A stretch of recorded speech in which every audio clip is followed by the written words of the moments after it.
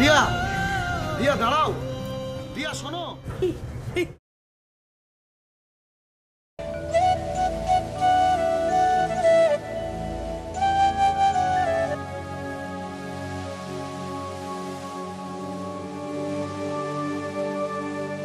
দশই ফেব্রুয়ারি একটা ভালো দিন, আর ওই দিনেই তোমার বোনের সাথে আমার ছেলে 4 হাত এক করতে চায়।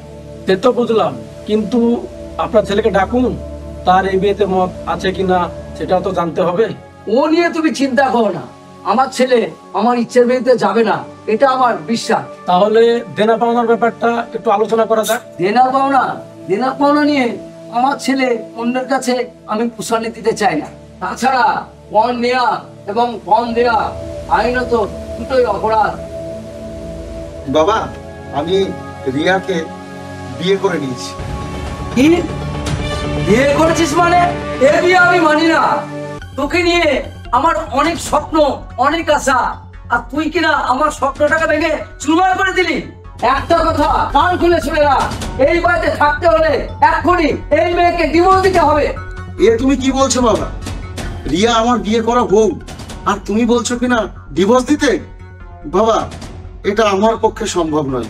তাহলে শোন, তোর মতো ছেলের আমার দরকার নাই।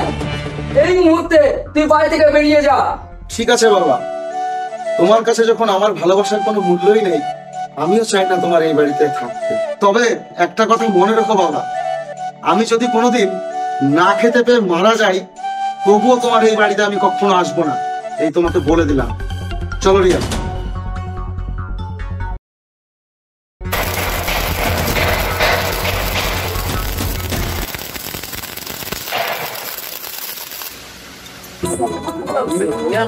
চালাচ্ছি দাদা, একটা ভালো শাড়ি দেখান তো। শাড়ি নেবে? হ্যাঁ দেখাচ্ছি। শাড়িটা আছে, অবশ্যই আপনার পছন্দ হয়েছে। দেখুন দাদা, এই শাড়িটা আমার ভালো লাগছে না, ওইখানে আরেকটা কালার আছে, ওটা বের করেন তো দেখি। আচ্ছা ঠিক আছে।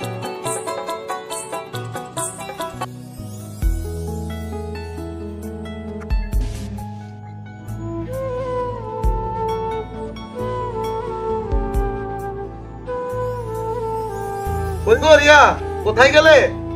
দেখো তোমার জন্য কি নিয়ে এসেছি। এই তো আসছি।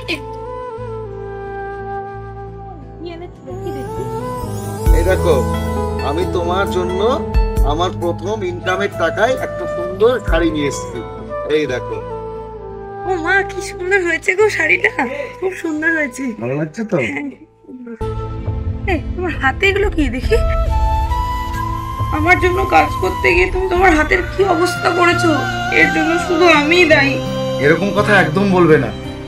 আমি তোমাকে খুব ভালোবাসি, আর আমি তোমার জন্য সবকিছু করতে পারি। এত ভালোবাসো, আমার মতো স্বামী পেয়ে সত্যি আমি ধন্য। ঠিক আছে, ও বাদ দাও তো, আমার প্রচুর খিদে পেয়েছে। চলো ঘরে চলো, খেতে দাও। শুনছো, আমার কিন্তু আজকে ফিরতে দেরি হবে, তুমি টাইম মতো খেয়ে নিও, কেমন? বেশ ঠিক আছে। বৌদি, বৌদি। হ্যাঁ, কে? কি তুমি এরকম হাঁপাচ্ছ কেন? কি হয়েছে? সম্রাট ভাই অ্যাক্সিডেন্ট করেছে, ডক্টর বলেছে তার নাকি একটা হাত কাটা পড়বে। না